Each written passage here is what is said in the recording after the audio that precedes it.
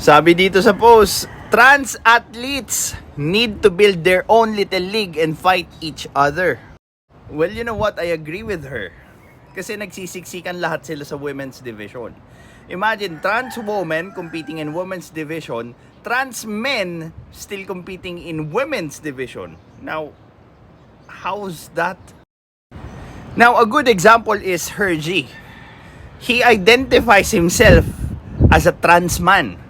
Now, if totoo yung sinasabi nila na trans woman is woman and trans man is a man, then why didn't he compete in men's division? Nagsisiksikan lahat sila doon sa women's division kasi nga, yun yung division out of the two, men and women's division, na kung saan mas madaling manalo.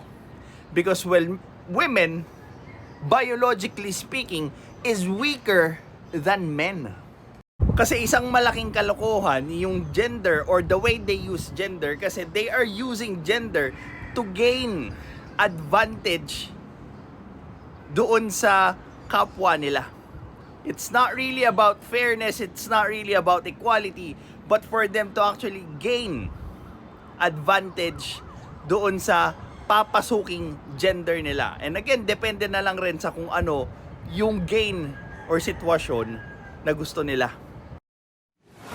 This is Pinoy Extreme.